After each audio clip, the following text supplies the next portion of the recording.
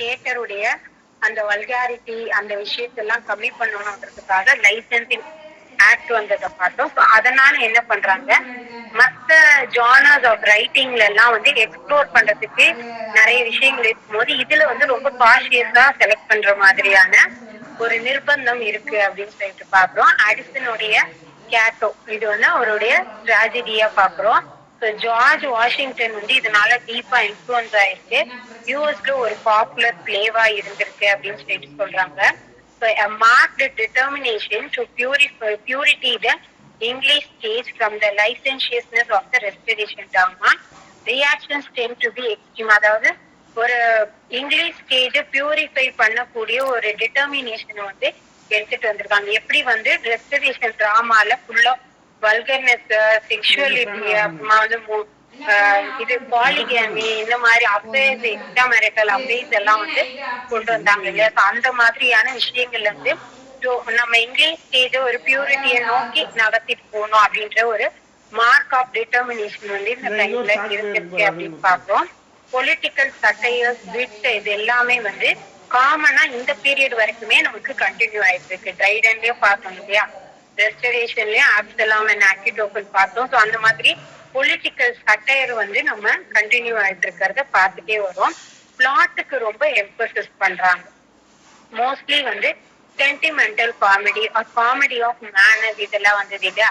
So higher society பீப்புளுடைய அந்த மேனர்ஸை வந்து சட்டைரிக்கலா portray பண்றது, எலீட் பீப்புளோட அந்த கல்ச்சர்ஸை வந்து போர்ட்ரே பண்ற விஷயமாலாம் இருந்ததை நம்ம பாக்குறோம். ஸோ தியேட்டர்ஸ் பொறுத்த வரைக்கும் அந்த டைம்ல பாத்தீங்கன்னா எலிசபெத்தன் டைம்ல இருந்த அளவுக்கான தியேட்டருக்கான ஒரு பெரிய ஒரு இது இல்லை இல்லையா. அந்த ஒரு என்ன சொல்லுவோம், ஃபேவரட்டிசம், அதை நோக்கி அந்த என்டர்டெயின்மெண்ட்டை நோக்கி ஒரு ஈர்ப்பு இருக்கும் இல்லையா, அதெல்லாம் வந்து குறையுது. ஏன்னா லைசன்சிங் ஆக்ட் வந்து ப்ரொடியூஸ் பண்றதே கம்மின்றதுனால அதுக்கானது வந்து எதுவுமே பெருசா இல்ல அப்படின்னு சொல்லிட்டு நம்ம பாக்குறோம். இப்ப வாலி சிபர் பாத்தீங்கன்னா இவர் ஒரு ஆக்டர் கூட, மேனேஜர், பிளேரைட் அண்ட் போய்ட் லாரேட்டா இருந்திருக்காரு. ஒரு பொலிட்டிக்கல் ஆனரா இருக்கலாம் அப்படின்னு சொல்லிட்டு சொல்றாங்க. 25 place his own company at Jerryling. அந்த தியேட்டர்ல பாத்தீங்கன்னா 25 பிளேஸ் வந்து பண்ணிருக்காங்க. And untiring supporter of the Whigs party கூட சப்போர்ட்டரா இருந்திருக்காரு. அன்டயரிங்னா எந்த இடத்துலயுமே பின் வாங்காம, ஏன்னா வந்து அந்த கான்ஃபிளிக்ட் இருந்துட்டே இருந்ததுக்கு ஸ்டில் வந்து போயிட்டு தான் இருக்கு பொலிட்டிக்கலா.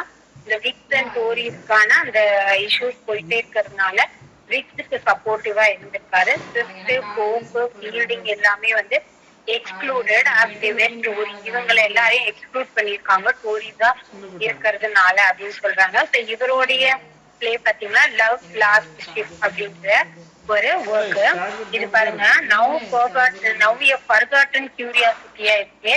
ஸோ இந்த ஒர்க் பாத்தீங்கன்னா அடுத்தது பாருங்க, ரிச்சர்ட் லீ லவ் லாஸ்ட் ஷிப் வந்து ஒரே நிமிஷம்.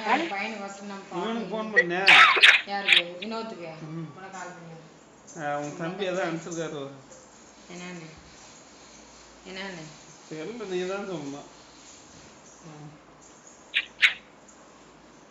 மெட்டீரியல் வச்சுக்கணும் கூட. சூப்பரா சூப்பரா இந்த சூப்பருக்கு மெட்டீரியல் ஆச்சு கொடு அப்படின்னு குடு குட்டியல் கூட. ஒரே நிமிஷம் நெக்ஸ்ட் வரும்னு நினைக்கிறேன். நம்ம எப்படி கண்டினியூ பண்ணலாம். அந்த ஹிஸ்டாரிக்கல் பிளேஸ் உடைய அடாப்டேஷனா பாக்குறாங்க. அடுத்து The Non-Juror அப்படின்ற ஒர்க் அடாப்டட் எல்லாமே பண்ண அடாப்டேஷன்ஸா இருக்கு. ஃப்ரம் வால்யூர் ஸ்டார்ட் ஒர்க்ல இருந்து அடாப்ட் பண்ணியிருக்காரு. ரோமன் கேத்தலிக்ஸ்க்கு அகேன்ஸ்டா எழுதியிருக்காரு.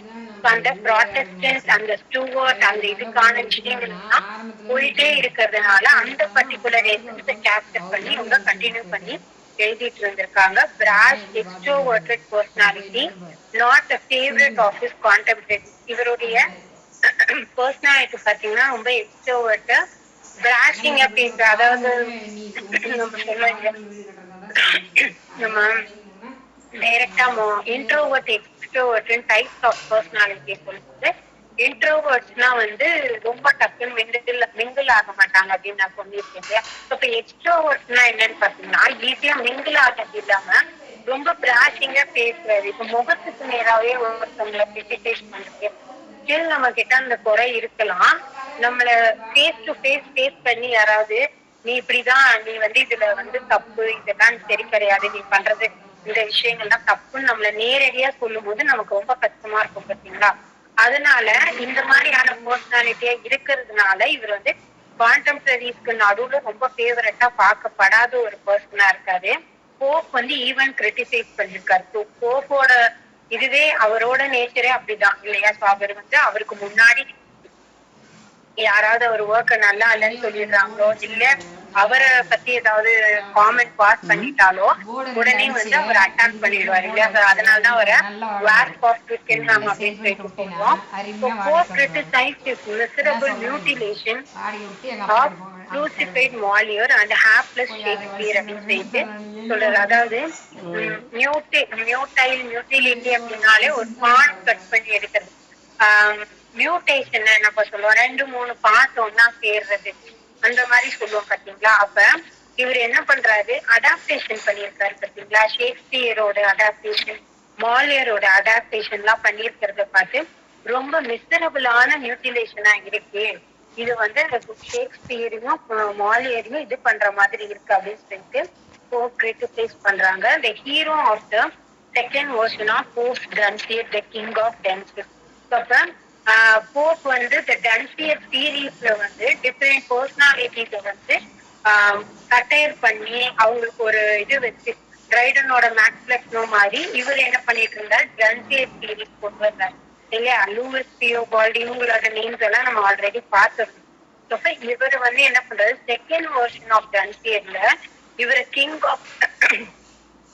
ஆஃப் டன்சஸ் அப்படின்னு சொல்லிட்டு கொண்டு வராரு. So fielding satirically tried to figure for the murder of English language. Henry fielding இருக்காரு பாத்தீங்களா, அவரும் இவர் என்ன பண்றாரு, சட்டைரிக்கலா சொல்றாரு காலி சிவர் இங்கிலீஷ் லாங்குவேஜே மர்டர் பண்ணிருக்கான் அப்படின்ற மாதிரியான ஒரு அக்யூசேஷனை இவங்க வைக்க ஆரம்பிச்சாங்க இவர் மேல. ஸோ ஃபேவரட்டா இல்லாத ஒரு பர்சனா இருந்திருக்காரு அப்படின்னு பாக்குறோம். ஸோ சிவரோட பிளேஸ் பொறுத்த வரைக்கும் course but rooted in moral intentions, அதாவது கோர்ஸ் பிளேஸா இருக்கு பட் மாரல் இன்டென்ஷன்ஸ் தான் ரூட்டா இருக்கு. ஏன்னா ரெஸ்டோரேஷன் டைமுக்கு அப்புறமா அதுல ஃபுல்லா அமாரலான நிறைய இருந்ததை பார்த்தோம். இவருக்கு மாரல் இன்டென்ஷன்ஸ் தான் ரூட்டா இருக்கு பட் ரொம்ப கோர்ஸான ஒரு விஷயமா இருக்கு. ப்ராப்பரைஸ் டாண்டி சொல்லிட்டு நம்ம பார்த்தோம் இல்லையா, ஒரு நேற்று பார்த்தோம். Often played this part himself, இந்த மாதிரியான கேரக்டர்ஸ இவரே பிளே பண்ணிடுவார். ஏன்னா இது ஆக்டர், இவரும் ஒரு ஆக்டர் பார்த்தோம் இல்லையா. Unfaithful and slightly dull husband a favourite character, அதாவது அன்ஃபேத்ஃபுல்லான ஒரு அன்ஃபேத்ஃபுல்னால நம்ம பார்த்தோம் இல்லையா. போர்ட்ரேல் ஆஃப் இல்லீகல் அஃபேர்ஸ் இந்த மாதிரி இருக்கிற விஷயங்கள் எல்லாமே அந்த மாதிரியான ஒரு ஹஸ்பண்ட் ஃபேவரட் கேரக்டர் இது எல்லாமே இவங்க பிளே பண்ண ஆரம்பிச்சாங்க. And apology for the life of Colley Cibber காமிக்மேன் அப்படின்னு சொல்லிட்டு இவரே என்ன பண்ணிக்கிறாரு, ஆட்டோபயோகிராபி 1748 இருக்காரு. கேர்லெஸ் ஹஸ்பண்ட் பாத்தீங்கன்னா இவருடைய பெஸ்ட் பிளேன்னு சொல்றாங்க, ஒரு பெரிய சக்சஸ கொடுத்திருக்கு. த்ரூ அவுட் 18th century வரைக்குமே மெச்சூரா இருக்கு, நல்ல பிளாசிபிளா இருக்கு, சட்டலா இருக்கு, நேச்சுரலா இருக்கு, நல்லா இருக்கு அப்படின்னு சொல்றாங்க. ஸ்டீன் ஒண்ணு இந்த பிளேல இருக்கிறது பாத்தீங்கன்னா அவுட்ஸ்டாண்டிங் ஒய்ஃப்லி கேரக்டரா இருக்கு அப்படின்னு சொல்லிட்டு மென்ஷன் பண்ணாங்க. இந்த ஒய்ஃப்லின்னா அந்த ஒரு கேரக்டரையே அட்வர்பா மாத்திக்க நம்ம சொல்லுவோம் இல்லையா, ஸ்லோலி மாத்துற மாதிரி ஒய்ஃப்லி கேரக்டரா இருந்திருக்கா இந்த அப்படிங்கிறது. இந்த பேர் பாருங்க, அப்ப கண்டிப்பா ஹஸ்பண்ட் அண்ட் ஒய்ஃபோட ரிலேஷன்ஷிப்பை பத்தி கொடுத்திருக்கிறதா இருக்கும். கேர்லெஸ் ஹஸ்பண்ட், அப்ப இதுல ஒரு டாண்டி கேரக்டர் இருக்கு. அப்ப அந்த மாதிரி கேரக்டர்ஸ் தான் இவர் பிளே பண்ணிருக்காரு. அதுக்கு பாத்தீங்கன்னா The Lady's Last Stake அப்படிங்கிறது bad tempered reply to the critics of wifely patience wholly received, அதாவது கிரிட்டிக்ஸ் ரிப்ளை பண்ற மாதிரியான ஒரு ஒர்க்கா இருந்திருக்கு. ஒய்ஃப்லி பேஷன்ஸ் பத்தி சொன்னதுனால கோல்டா ரிசீவ் பண்ணப்பட்டிருக்கு, ரொம்ப பெருசா ரிசீவ் பண்ணப்படலை அப்படின்னு சொல்லிட்டு சொல்றாங்க. அடுத்த பர்சன் பாருங்க, செகண்ட் விமன் இங்கிலீஷ் ஸ்டேஜ்ல ஆஃப்டர் ஆப்ரா பென்னுக்கு அப்புறமா யாரு இன்னொரு ஃபீமேல் பர்சன் வராங்கன்னு பாத்தீங்கன்னா சுசனா செட்டில் அப்படிங்கிற ஒரு பர்சனு 14 காமெடிஸ், 2 tragedies, 3 farces எழுதியிருப்பாங்க அண்ட் illustrious career இவங்களுக்கு இருந்திருக்கு. ஸோ மோஸ்ட் ஸ்டேஜ் ஆஃப்டர் தர் டெத், அவங்களோட இறப்புக்கு பிறகுதான் நிறைய பிளேஸ் வந்து ஸ்டேஜ் பண்ணப்படுது அப்படின்னு சொல்லிட்டு சொல்றாங்க. ஸோ இவங்க கோர்ஸ் எல்லாம் மென்ஷன் பண்றாங்க, அதாவது விமனோட ஒர்க்குக்கு எதிரா why this rap against the women's work அப்படின்னு ராப்னால எனக்கு ஆங்கர் இல்லையா, விமனோட ஒர்க்கு மேல இவ்வளோ anger, you will answer because the middle will think out their fear.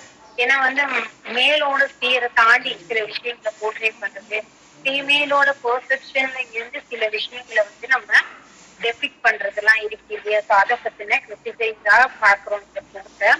The gamester, the wonder, if women keep the secret, bold for a wife அப்படிங்கிறது confident self possessed ஹீரோயின்ஸா பார்க்கப்படுறாங்க. Fighting to keep both love and property. எந்த பீரியட்ல வந்து property rights வந்தது, விமென்கான equality வந்து still from பர்த்ல இருந்து ஸ்டில் அவங்களோட மேரேஜுக்கு அப்புறமா எப்படி அவங்க பார்க்கப்படுறாங்க அப்படின்றது எல்லாமே வந்து இதுல வந்து ஒரு பர்டிகுலர் பர்சனை வச்சு அந்த ஹீரோயினை வச்சு சொல்றாங்க. லவ்வையும் ப்ராப்பர்ட்டி ஈக்குவலா வந்து எப்படி ஃபைட் பண்ணி வச்சுக்கிறது அப்படின்னு சொல்லிட்டு. ஏன்னா அஸ் அ விமனா வந்து அதுக்கான ஸ்ட்ரகிள்ஸ் என்னன்னு தெரியும். பினான்சியலி நம்ம எப்படி இண்டிபெண்டா இருக்கும், ப்ராப்பர்ட்டி இருந்தா எந்த அளவுக்கு ஒரு செக்யூர்டான ஃபீல் கிடைக்கும் அப்படின்ற விஷயம் எல்லாமே. ஸோ இவங்க வந்து விமென் ரைட் டு ப்ராப்பர்ட்டி அதுல எல்லாம் ரொம்ப அதீத நம்பிக்கை உடையவங்களா இருக்காங்க. அதாவது எக்கனாமிக் இண்டிபெண்டன்ஸ் இருக்கணும், சோசியல் ஸ்டேட்டஸ் இருக்கணும், மேரேஜ் லாஸ் எல்லாம் வந்து விமென்க்கு சப்போர்ட்டிவா இருக்கணும் அப்படின்றது இவங்களோட எண்ணமா இருந்திருக்கு. ஸோ நமக்கு ஸ்டேட்மெண்டா கேட்கறதா இருந்தா இந்த மாதிரி ஏதாவது கொடுத்துட்டு கூட எந்த ஃபீமேல் ரைட்டர் அப்படின்னு சொல்லிட்டு கூட கேட்கலாம். சார் நம்ம வந்து ஆஃப்ரா பெட் பாத்தீங்கன்னா இந்த அளவுக்கு வந்து என்ன சொல்றது சொசைட்டலா பாத்தீங்கன்னா இம்ப்ரூவ்மெண்ட்டுக்கு வந்து இவ்வளவு விஷயங்களை வந்து போர்ட்ரே பண்ண மாதிரி தெரியல. ஸோ இது இவங்களுக்கு வந்து தனியாவே கொடுத்துருக்காங்க ரைட் டு ப்ராப்பர்ட்டி, அதுக்கப்புறமா வந்து எக்கனாமிக் இண்டிபெண்டன்ஸ், சோசியல் ஸ்டேட்டஸ் எல்லாமே வேணும் அப்படின்ட்டு பார்த்துருக்காங்க. அடுத்து பாத்தீங்கன்னா Richard steel the filial duty, marital fidelity and love. அப்ப ஸ்டீல் பொறுத்த வரைக்கும் அவரோட ஒர்க்ல த கான்ஸ்டன்ட் லவ்வர், த ஃபியூனரல், த லையிங் லவ்வர், த டெண்டர் ஹஸ்பண்ட், இதுல எல்லாத்துலயுமே ஒரு ஃபிலியல் டியூட்டி ஸ்ட்ரெஸ் பண்ணியிருக்காரு. மேரிட்டலுக்கு ஃபிடிலிட்டி, மேரேஜ் ஆன பிறகு should be loyal to that person அப்படின்ற அந்த ஃபிடிலிட்டி இருக்கணும், லவ்வ வந்து கேரி அவுட் பண்ணணும் அப்படின்ற ரிச்சர்ட் ஸ்டீலோட தீம்ஸ் எல்லாம் வந்து இதை நோக்கி தான் போயிட்டு இருந்திருக்கு. அவரோட ஒர்க் பொறுத்த வரைக்கும், பிளேஸ் பொறுத்த வரைக்கும் moralized on virtue and behavior to ensure that there was no improper entertainment in a Christian commonwealth. அப்ப மொராலிட்டி அதிகமா வந்து பார்க்கப்பட்டிருக்கு, virtuலையும் சரி பிஹேவியர்லயும் சரி, to ensure that there was no improper entertainment in a Christian commonwealth அப்படின்னு சொல்றாங்க. அப்ப கிறிஸ்டியன் காமன்வெல்த்ல நோ இம்ப்ராப்பரான என்டர்டெயின்மெண்ட் இல்லைன்ற ensure பண்றாங்க அப்படின்னு சொல்லிட்டு சொல்றாங்க. Forgetting that the first business of comedy is to amuse and not to preach, Steele turned his stage into a sort of lay pulpit and became the founder of sentimental comedy, highly gentle, didactic and vapid kind of play. அப்ப காமெடியோட sentimental காமெடிக்கு நம்ம tragic comedy அப்படின்னு பார்த்தோம். இது பாருங்க name பாத்தீங்கன்னா sentimental comedy இருக்கு. அதாவது இவர் என்ன மறந்துட்டாரு அப்படின்னு பாத்தீங்கன்னா first business of comedy is to amuse not to please அப்படின்றத பார்த்துட்டு ஸ்டீல் என்ன பண்ணிருப்பாரு, இவருடைய ஸ்டேஜ் அதாவது அந்த பிளேஸ் எல்லாமே வந்து சென்டிமெண்டல் காமெடியோட பவுடரா இருந்து ரொம்ப டைடாக்டிக்கா போயிட்டு இருந்துச்சு. ஸோ டைடாக்டிக்னாலே சம் இன்ஸ்ட்ரக்ஷன்ஸோ டீச்சிங்ஸோ இருக்கும் இல்லையா, ஸோ அதை தான் நம்ம டைடாக்டிக்னு சொல்றோம். அந்த கைண்ட் ஆஃப் ஃபிளேவர் வந்து இவரு கொடுக்க ஆரம்பிச்சிருக்காரு அப்படின்னு சொல்லிட்டு நம்ம பார்க்கிறோம். ஸோ சென்டிமெண்டல் காமெடி பொறுத்த வரைக்கும் ஜார்ஜ் லீலோ அடுத்த பர்சனு ட்ரீட்ஸ்மேன் அண்ட் நான் கன்ஃபார்மிஸ்ட் அவர் பார்த்தீங்கன்னா பியூரிட்டன் இன்ஃப்ளூயன்ஸ் இருந்துருக்கு, டைடாக்டிக் டெஸ்ட் இருந்துருக்கு. பியூரிட்டனிசமோட இன்ஃப்ளூயன்ஸ் ஸ்டில் கண்டினியூ ஆகுது சில பேர் உண்டு.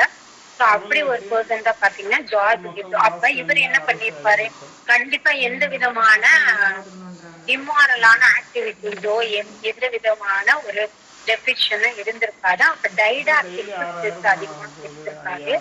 So London mountains or history of George Barnwell fatal curiosity domestic drama கொடுத்திருக்காங்க. The characters and incidents to be taken from common life, not history or romance.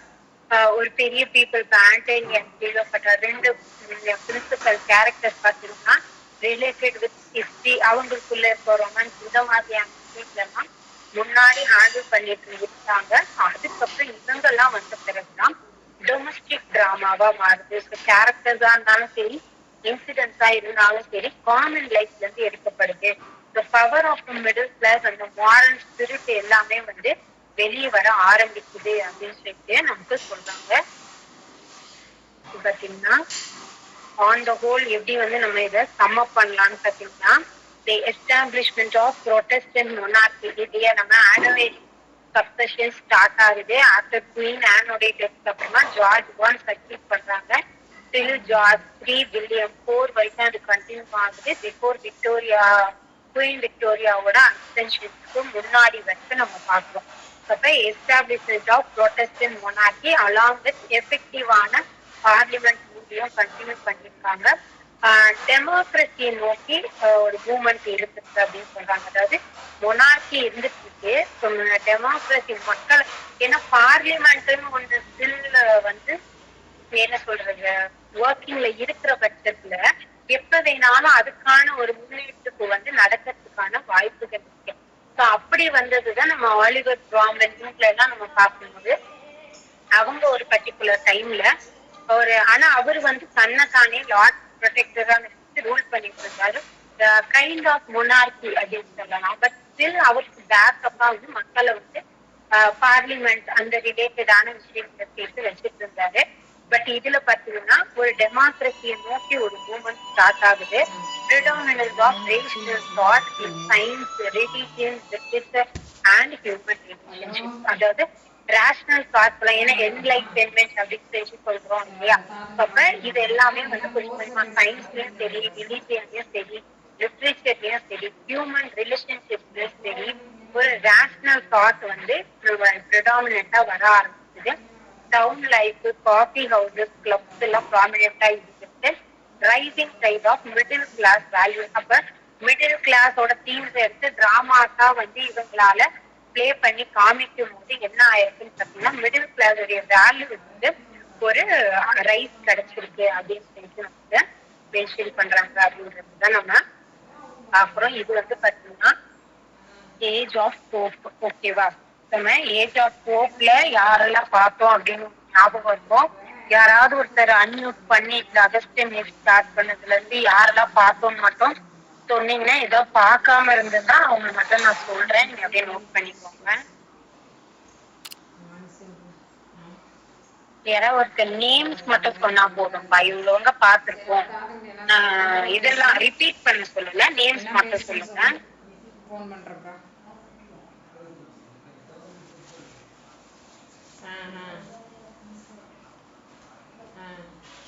ஏதோ போனதுல இருந்து இந்த பிள்ளை பிரச்சனை பண்ணின்னு உட்காந்து கதை சாத்துறதா இதன்றதா என்னமோ சொல்லி நேம்ஸ் மட்டும் சொல்ல முடியுமாப்பா? போப்ல இருந்து ஸ்டார்ட் பண்ணுமா, டிஃபோ பார்த்தோமா, ஆமா நான் சொல்லுங்க யாராச்சும். அடிசன் அண்ட் ஸ்டீல் பார்த்தோமா? Yes ma'am. போப் பார்த்ததுனாலப்பா அடிசன் ஸ்டீல் பார்த்தோம், டிஃபோ பார்த்தோம், ஸ்விஃப்ட் பார்த்தோமா, ஜானத்தன் ஸ்விஃப்ட் பார்த்திருந்தோம். அதுக்கப்புறமா பீரியாடிக்கல்ஸ் எல்லாம் பார்த்தோம், ஸ்பெக்டேட்டரு, அப்புறமா வந்து டாக்லர் பார்த்திருந்தோம். எலிசா ஹேவுடோடைய ஃபீமேல் ஸ்பெக்டேட்டர் பார்த்தோமா, பார்த்துட்டோம். ஜான் ஆர்பத் நாட் இப்ப பார்த்தோம் இல்லையா, ரீசெண்டா பார்த்தோம். அப்புறமா வந்து ஜார்ஜ் லில்லோ இப்பதான் பார்த்தோம், பிளே ரைட்டா பார்த்துருந்தோம் இல்லையா. அப்புறமா வந்து அடுத்து காலி ஃபிகர் பார்த்துருந்தோம். லவ் லாஸ்ட் ஷிஃப்ட் பார்த்தோம்லப்பா. அது வந்து ஃபர்ஸ்ட் சென்டிமெண்டல் காமெடி அப்படின்னு சொல்லிட்டு சொல்லப்படுது அப்படின்னு சொல்றாங்க. ஸோ இவங்கெல்லாம் வந்து லூயிஸ் தியோவால்ட் ஆல்ரெடி நம்ம பார்த்தோம் இல்லையா. டபுள் ஃபால்ஸ் ஃபுட்லாம் எழுதியிருந்தாங்க. த டிஸ்ட்ரெஸ்ட் லவ்வர்ஸ்ன்ற பிளே எழுதியிருந்தாங்கன்னு பார்த்தோம். போப் ஃபுல்லாவே பார்த்துட்டோம். எபிகிராம்ஸ் பார்த்தோம். ரேப் ஆஃப் த லவ் பார்த்தோம். அப்புறமா அவரு இந்த டன்சியட் சீரீஸ் பத்தி பார்த்துருந்தோம். ஃபோன் பண்ணட்டுமா? நான் நேரா அப்புறம் episode to doctor Robert not அது. அதுக்கப்புறமா வந்து எஸ்ஏ ஆன் மேன் பார்த்தோமா. அதுக்கப்புறம் மேத்யூ ஃப்ரீயர் பார்த்துருந்தோம் இல்லையா. த கண்ட்ரி சிட்டி மவுத் அப்படின்னு சொல்லிட்டு அது ஐன் அந்த பேந்தர் பத்தி சட்டைரிக்கலா எழுதியிருந்தாங்க, அது பார்த்துருந்தோம் இல்லையா. அப்புறமா கிரேவ் யார்ட் போயிட்ஸ் எல்லாம் பார்த்தோம் இல்லையாப்பா.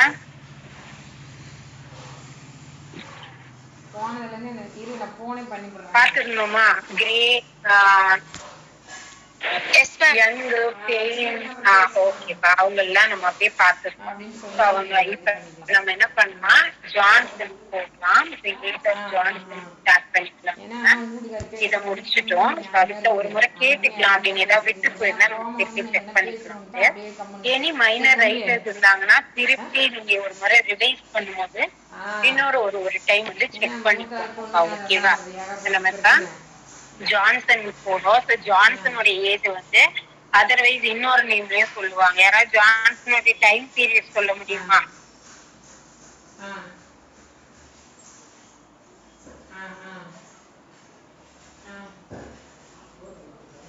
ஆமா, அது சொல்லிடுறேன்.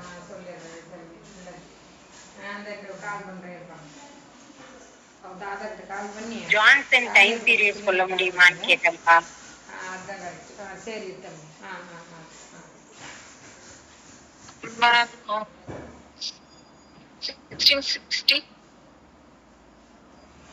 அது ரெஸ்டரேஷன் 1745 to 85 சொல்லுங்க இல்லையா. அதாவது பிஃபோர் அந்த பிரெஞ்சு ரெவல்யூஷன் டைம்க்கு முன்னாடி இல்லையா. அததான் நம்ம ஏஜ் ஆஃப் ஜான்சன் சொல்லுவோம். ஏஜ் ஆஃப் சென்சிபிலிட்டி அப்படின்னு சொல்லிட்டு நம்ம சொல்றோம். இந்த ரெண்டு இதுமாவும் சொல்றோம். சென்சிபிலிட்டி பொறுத்த வரைக்கும் till 1798 வரைக்குமே before the publication of lyrical ballads வரைக்குமே கூட கணக்கெடுத்துப்பாங்க. இப்படியும் இருக்கு. அதாவது ஒண்ணு இந்த பிரெஞ்சு ரெவல்யூஷன் சொல்லுவாங்க இல்லையா. எப்பப்பா வந்துச்சு? 1789 98 பிரெஞ்சு ரெவல்யூஷன் என்ன யாரு வருதா? 98 மேம்.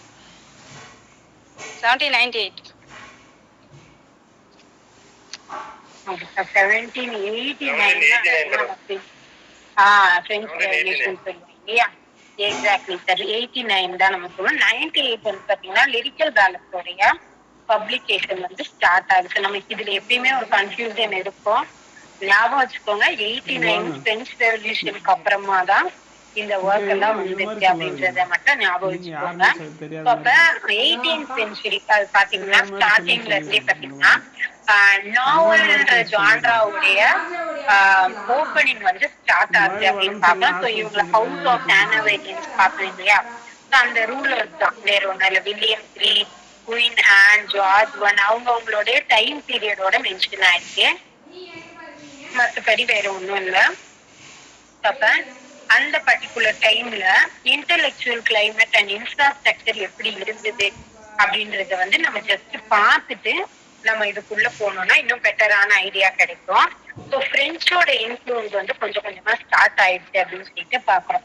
அப்ப the intellectual father of French revolution அப்படின்னு சொல்லிட்டு ஒரு பர்சனை சொல்லுவாங்க. அது யாருன்னு யாராவது சொல்ல முடியுமா?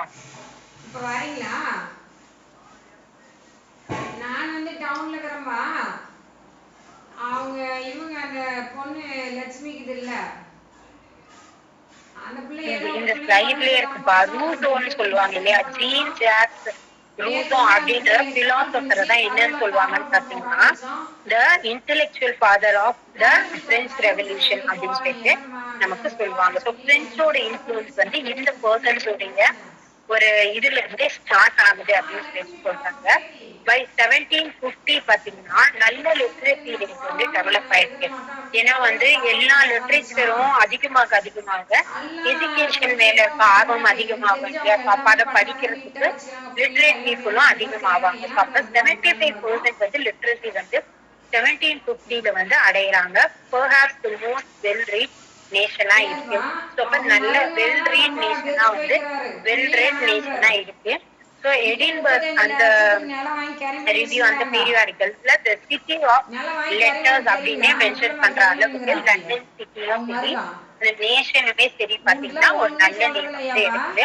ஸோ 1763 பாத்தீங்கன்னா 6 பிரிண்டிங் ஹவுசஸ் வருது, பேப்பர் மில்ஸ் வர ஆரம்பிக்குது. ஏன்னா பிரிண்டிங் ஹவுஸ்னா அதோட சோர்ஸான பேப்பர் மில்ஸ். அப்ப பேப்பர் மில்ஸ் 1783 அந்த 6ன்றது 60 மாறுது அப்படின்னு சொல்றாங்க. 3 பேப்பர் மில்ஸ் வந்து 12 பேப்பர் மில்லா மாற ஆரம்பிக்குது. கிளப்ஸ் பொறுத்த வரைக்கும் political economic club, select society, இந்த போக்கர் கிளப் அப்படிங்கிற கிளப்ஸ் எல்லாம் வர ஆரம்பிக்குது. இதுக்கு முன்னாடி லிட்ரரி கிளப் பார்த்தோம், பீரியாடிக்கல் ரிலேட்டடா எழுதுற கிளப்ஸ் எல்லாம் பார்த்தோம். இப்ப பாத்தீங்கன்னா பொலிட்டிக்கல் எக்கனாமி சார்ந்த கிளப்ஸ் வர ஆரம்பிக்குது. இந்த மாதிரி விஷயம் யூனிவர்சிட்டிஸ் ரீடிங் சொசைட்டிஸ் எல்லாம் அதிகமாக ஆரம்பிக்கிறாங்க. பீரியாடிக்கல்ஸ் நிறைய வருது, மியூசியம்ஸ், மெக்கானிக் லாட்ஜஸ் எல்லாமே வந்து அதிகமாகுது அப்படின்னு சொல்லிட்டு சொல்றாங்க. அடுத்தது பாத்தீங்கன்னா 18th century இங்கிலாந்து எப்படி இருந்துச்சு அப்படின்றது பாத்தீங்கன்னா a period of profound changes in the English society அப்படின்னு பாக்குறோம். அதாவது இங்கிலீஷ் பீப்புள் ஆஸ் அ சொசைட்டியா பாத்தீங்கன்னா அவங்களுக்குள்ள ஒரு ப்ரொஃபவுண்டான சேஞ்ச் வருது அப்படின்னு சொல்லி சொல்றாங்க இல்லையா? நம்ம இது ஏஜ் ஆஃப் சென்சிபிலிட்டி அப்படின்னு சொல்லிட்டு இல்லையா? சென்ஸ் வேற சென்சிபிலிட்டி வேற அப்படின்னு சொல்லிட்டு நமக்கு தெரியும். சென்சிபிலிட்டின்னு ஒரு ஒர்க் கூட இருக்கு இல்லையா? அப்ப சென்ஸ்ன்றது வேற, சென்சிபிளா நடந்துக்கிறது அப்படின்னு சொல்லிட்டு வேற. எல்லாருமே சென்ஸ் இருக்கு, பட் எல்லாரும் சென்சிபிளா அப்படின்றது ஒரு பெரிய கொஸ்டின் மார்க் இல்லையா? ஸோ நம்ம சொல்லுவாங்க இல்லையா, அந்த பர்டிகுலர் பிரசன்ஸ் ஆஃப் மைண்டு, அந்த இடத்துல என்ன பண்ணணும்ன்ற ஒரு ஐடியாலஜி, ஒரு விஷயத்தை எப்படி அப்ரோச் பண்ணணும், ஹவு டு பர்சீவ் சம்திங் அப்படின்றது எல்லாமே ஒவ்வொருத்தருக்கும் சென்ஸ் டிஃபர் ஆகுது. இல்லையோ சென்சிபிலிட்டி மட்டும் கண்டிப்பா டிஃபரா இருக்கும். ஸோ அப்படின்ற பட்சத்துல ஒரு இங்கிலீஷ் சொசைட்டிக்குள்ள ஒரு ப்ரொஃபவுண்டான சேஞ்சஸ் வருது அப்படின்னு சொல்லிட்டு பாக்குறோம். Moral reaction against the licence which followed the restoration. அப்ப ரெஸ்டரேஷனுக்கு அப்புறமா மாரல் ரியாக்ஷன் வருது இல்லையா? லைசன்ஸ்க்கு இது பண்ணி the formalism of both reason and good sense as the guiding principles தான் மாறுது. ரீசனிங்கும் good சென்ஸும் a deep distrust of the emotions. The writings became hard and dry. அது என்ன ஆகுதுன்னு பாருங்க, கோபோட டைமுக்கு அப்புறமா ஹார்டா மாற ஆரம்பிச்சு ரைட்டிங்ஸ், ட்ரையாவும் இருக்கு. ஏன்னா எமோஷன்ஸ்ல ஒரு டீப்பான டிஸ்ட்ரெஸ் வருது அப்படின்னு சொல்றாங்க. ஏன்னா எல்லாத்தையுமே சென்சிபிளா பாக்குறோம், எல்லாமே ரேஷனலா திங்க் பண்றோம். Even if you cry in front of some other people போது உங்களோட எமோஷன்ஸ் மேல டிஸ்ட்ரெஸ்ட் வந்துட்டு அதுக்கு பின்னாடி இருக்க இன்டெலெக்சுவல் தாட் என்ன அப்படின்னு சொல்லிட்டு என்னத்துக்கு இப்ப அழுறீங்க அப்படின்னு கேட்டா எப்படி இருக்குமோ அந்த மாதிரியான ஒரு விஷயம். இப்ப dread of earnestness and enthusiasm, flippancy, cynicism, a self-complacent age அப்படின்னு சொல்லிட்டு சொல்றாங்க. Social criticism of Addison and misanthropy of sister. So இது இவங்க எல்லார் மேலயும் ஒரு சோசியல் கிரிட்டிசிசம் வர ஆரம்பிக்குது. சொசைட்டெல்லாம் இவங்க எல்லாரையும் கிரிட்டிசைஸ் பண்றாங்க. ஏன்னா சிஸ்டர்லாம் என்ன எழுதியிருந்தாரு பாத்தீங்கன்னா அவருடைய அந்த ஒர்க்ல பாருங்க மிசான்த்ரோபி பத்தி எல்லாம் மென்ஷன் பண்ணிட்டு இருக்காங்க இல்லையா? அந்த 4 part voyageல கலிவர்ஸ் டிராவல்ஸ்ல பாத்தீங்கன்னா இதெல்லாம் கூட மென்ஷன் ஆயிருக்கு. அப்ப இதெல்லாம் எப்படி ஒரு ஆரோக்கியமான ஒரு சொசைட்டிக்கு வந்து ஒரு ஸ்டெப்பிங் ஸ்டோனா இருக்கும் அப்படின்றதுல ஒரு கொஸ்டின் மார்க் வருது. The new generation now in its turn reacted against the smug self-complacency, the chilliness and the aridity of the preceding age அப்படின்னு சொல்லிட்டு சொல்றாங்க. Reacted against the new generation. எப்பயுமே வந்து ஒரு ஜெனரேஷன் முடிஞ்சு அடுத்த ஜெனரேஷனோ இல்ல ஒரு பீரியட் ஆஃப் லிட்ரேச்சர் முடிச்சு அடுத்தது வரும்போது கண்டிப்பா அந்த முன்னாடி ஏஜனுடைய ட்ரேசஸ் கேரி பண்ணிப்போம். பட் அதுல இருந்து நிறைய டிஸ்ட்ராக்ட் ஆகி வெளியே வந்துப்போம். அப்கமிங் ஏஜோடைய ட்ரேசஸும் அந்த ஏஜ்க்குள்ள நமக்கு ஸ்டார்ட் ஆகிறத நம்மளால பார்க்க முடியும். அப்ப நம்ம இந்த 1745 to 1785 அந்த 1798 இந்த பீரியட்ல அப்ப யார் இருந்திருக்காங்கன்னு பாத்தீங்கன்னா ஜார்ஜ் டூவோட பீரியட்ல இருந்து ஸ்டார்ட் ஆயிருக்கு அப்படின்னு சொல்லிட்டு நம்ம பாக்குறோம். இப்ப ஜார்ஜ் டூவோட time period 1727 to 1760. Again George த்ரீயோடைய ரூல்லையும் நமக்கு இது கண்டினியூ ஆயிருந்துச்சு அப்படின்னு சொல்லிட்டு நம்ம பாக்குறோம். அப்ப போப்போட ஏஜுக்கு அப்புறமா ஜெனரேஷன் எப்படி இருக்கு அப்படின்னு பாத்தீங்கன்னா theory of the long continue